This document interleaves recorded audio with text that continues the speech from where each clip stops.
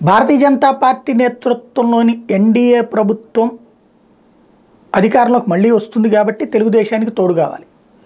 తెలుగుదేశం పార్టీకి అట్లానే భారతీయ జనతా పార్టీని కాపాడాలన్న ఆలోచన లేదు, పైకి తీసుకురావాలన్న ఆలోచన లేదు. అలాగే తెలుగుదేశం పార్టీతో వచ్చే అవకాశాన్ని వినియోగించుకోవాలి అన్నది భారతీయ జనతా పార్టీ ఉద్దేశం. పరస్పర అవసర పొత్తు తప్పించి ఆప్యాయతతో కూడిన పొత్తు కాదు. తెలుగుదేశం పార్టీకి సంబంధించిన కేడర్లో ఉన్న విరక్తే తెలుగుదేశం పార్టీ అనుకూల మేధావులలో కూడా ఉంది. అట్లాగే మోడీ మీద ద్వేషం మేధావులలో కూడా ఎక్కువగానే ఉంది, తెలుగుదేశం అనుకూల మేధావులలో. దీనికి సజీవ సాక్ష్యం జస్టిస్ రమణ గారు తాజాగా చేసినటువంటి వ్యాఖ్యలు.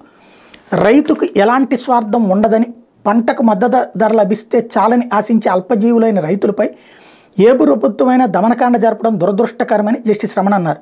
రైతాంగానికి ఎలాంటి ఆరోగ్య భద్రత లేకుండా పోయిందని ఆవేదన వ్యక్తం చేశారు. ప్రస్తుతం అత్యంత ప్రమాదకరమైన పని ఏదైనా ఉందంటే అది వ్యవసాయం అన్నారు. ఖాళీ సమయంలో వ్యవసాయం చేస్తున్నందుకు రైతుల బాధలు తనకు తెలుసని చెప్పారు.